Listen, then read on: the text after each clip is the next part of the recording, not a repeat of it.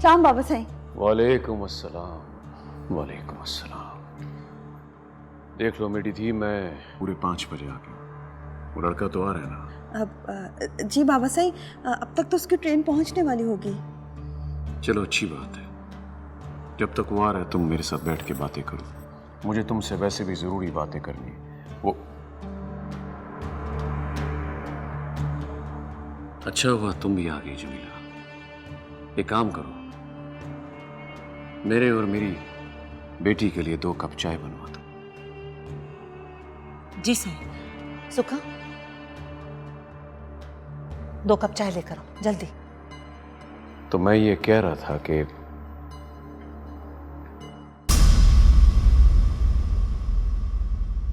मैंने सिर्फ 2 कप चाय कहा है।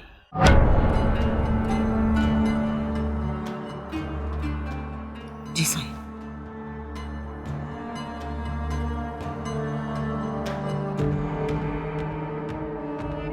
हाँ तो मेरी थी,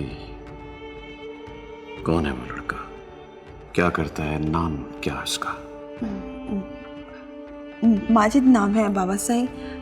मेरे साथ यूनिवर्सिटी में पढ़ता है। यूनिवर्सिटी में? आ जाओ मेरी थी, बाकी बातें बैठ के करते हैं। आ जाओ, शाबाश, आ जाओ।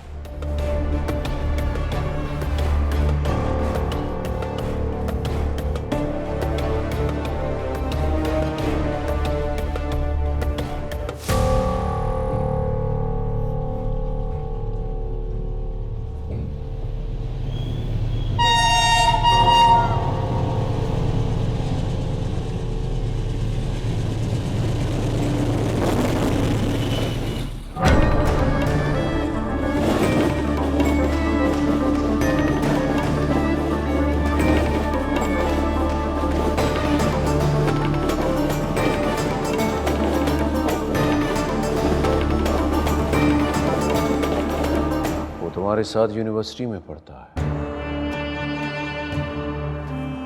इसका मतलब है कि 4 सालों से तुम उस लड़के को जानती हो? जी। उसके माँ बाप कौन है? किस खानदान से है? उसका शजरा क्या है? उसके माँ बाप मर चुके हैं। माँ बाप के मरने से शजरा बदल तो नहीं जाता। खानदानी लोग तो 100 पुश्तों का हिसाब याद रखते हैं। उसने कुछ तो बताया होगा तुम्हें माँ बाप के बारे में, अपने खानदान के बारे में, अपने बारे में। मैंने कभी उससे उसके खानदान का पूछा ही नहीं। वो खुद बहुत अच्छा है। मैं उससे मोहब्बत करती हूँ और वो मुझसे मोहब्बत करता है। मेरे लिए इतना ही काफी है। मेरी दी, हम तो इस हवेली में बगैर पूछे शजरा तो मुलाजिम नहीं रखते। और तुमने ऐसे इंसान के साथ शादी का फैसला कर लिया जिसके माँ बाप का नाम तक तुम नहीं जानती। परेशान होने की जरूरत नहीं है। मैं तो यूं ही बात कर रहा था मेरी थी। बाबा साईं, मैं उससे बहुत मोहब्बत करती हूँ और वो तो क्या मुझसे ज्यादा मोहब्बत करता है वो?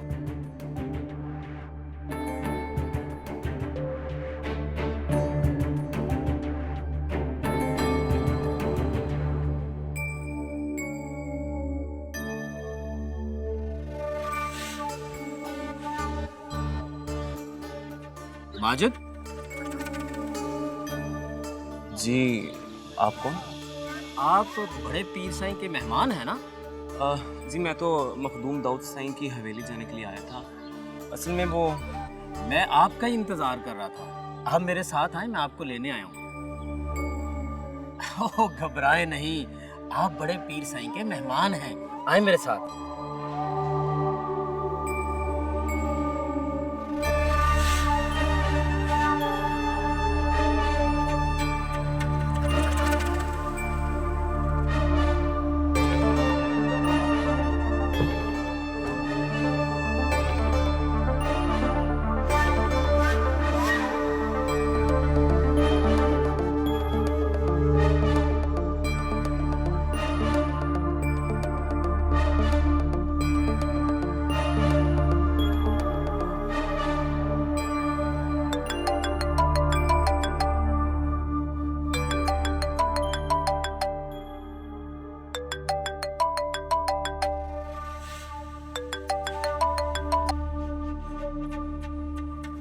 4 साल तुम एक गैर लड़के के साथ ताल्लुक रखा, प्यार मोहब्बत की बातें की।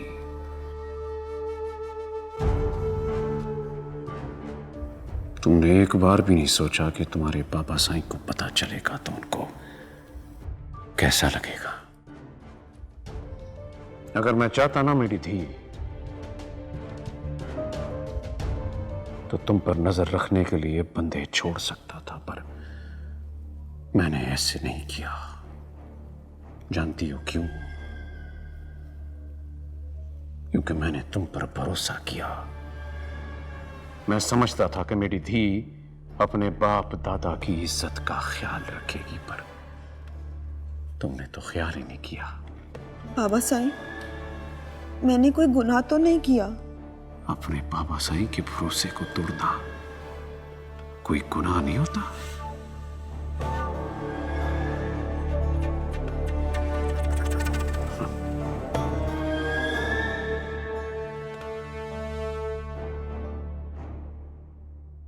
बहुत टाइम हो गया, वो अब तक पहुंचा क्यों नहीं? फोन करके देखो, पूछो। फोन करो ना मेरी थी, करो।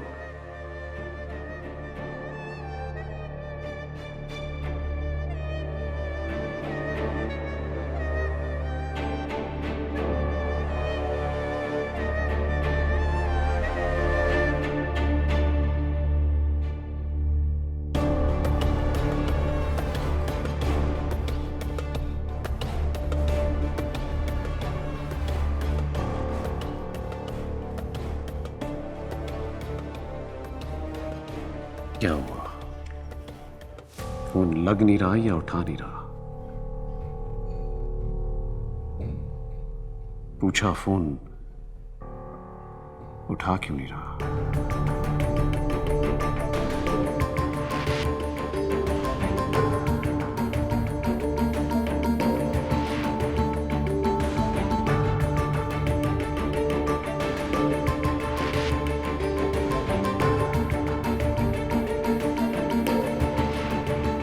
वो अब तुम्हारा फोन कभी नहीं उठाएगा। इन्ना लिल्लाहि व इन्ना इलैहि राजिऊन।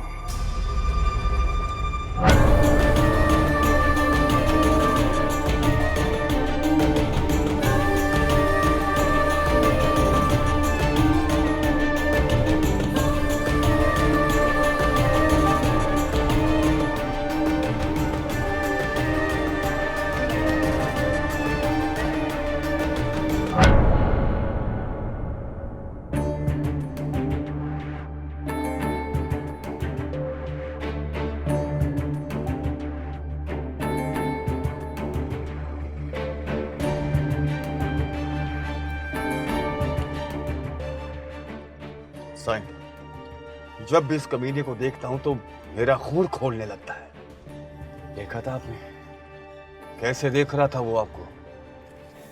इसका हौसला बहुत बढ़ गया है साईं।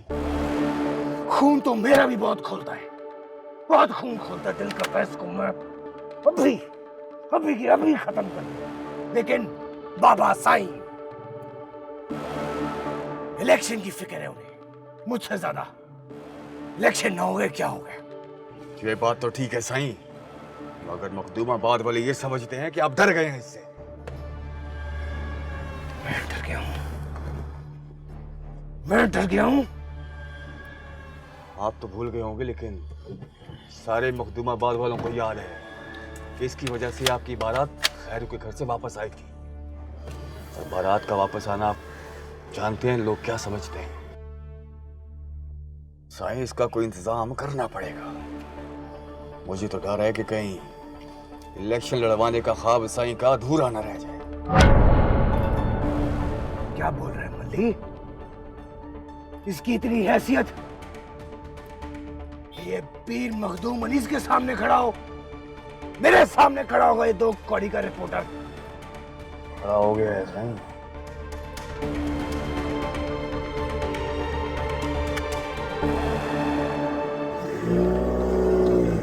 मैंने आपको कहा था ना, आप इन बड़े लोगों का कुछ नहीं बिगाड़ सकते। जिसे आप जेल भिजवाने का सोच रहे थे, अब वो असेंबली का इलेक्शन लड़ेगा। फिर वजीर बनेगा।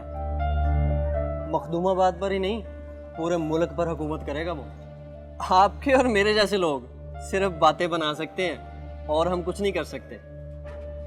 एक बात और रिपोर्टर बाबू, आप ट्रेन की पटरी पर होने वाले 4 कत्लों को रो रहे हैं। यहाँ तो दरिया से मिलने वाली 12 लाशों का सुराग ना लग सका अभी तक।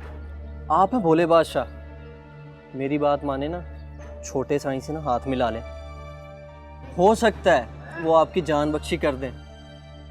ये जो लड़ाई है ना रिपोर्टर बाबू, अपने बराबर वाले लोगों से ही लड़नी चाहिए। इस बात पे सोचिएगा ज़रा।